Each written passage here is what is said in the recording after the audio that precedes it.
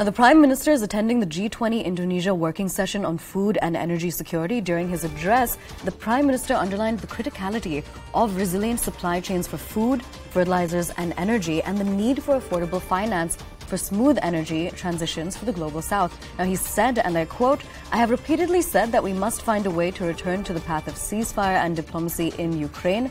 In the last century, the Second World War ravaged the world. After that, the leaders of that time made serious efforts to take the path of peace. Now it is our turn."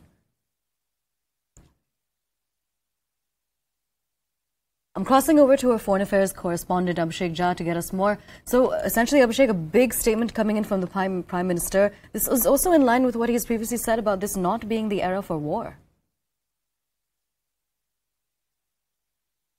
All right, we seem to have lost that connection. We'll try to reestablish this. But as I mentioned, the statement coming in from the Prime Minister at the G20 about how it's our turn to really take the path of peace in the face of the war in Ukraine. Remember, it began on February 24th. So this is in line with what he has previously said about how this is not the era for war. Now, I'm crossing back over to CNN News 18's Foreign Affairs correspondent, Abhishek Jha, to get us more. Abhishek, over to you.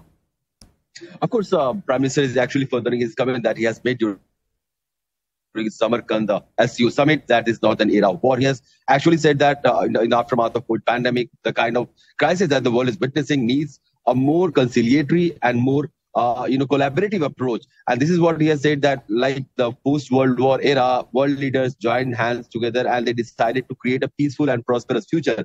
Maybe this is the time when leaders once again needs to come together, leaving behind their bilateral conflicts to join hands for a larger global cause, that is peace, prosperity, sustainable energy, climate change, food and energy security for all. So these are the pertinent issues that the world leaders needs to discuss and focus upon. Prime Minister has also said that India is championing for the cause of this climate change and energy transition, where by 2030, 50% of energy that India will be consuming will be coming from renewable sources.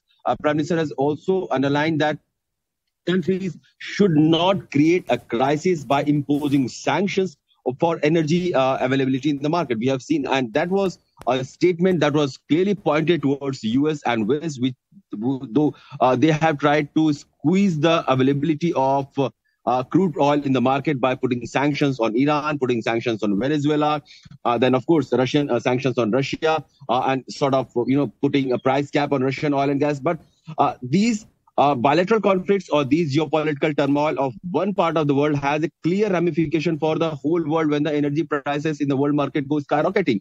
So, and India being a growing energy needs a lot of fuel from, and almost 80% of it comes from abroad. So India needs a sustainable and stable energy market so that it can actually plan its finances and economy will. And such sanctions actually may create roadblocks in that. And Prime Minister has clearly underlined that fact that not come into the global energy market.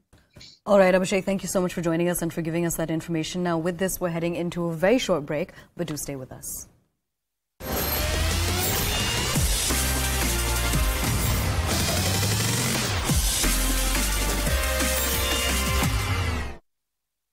निरपेक्ष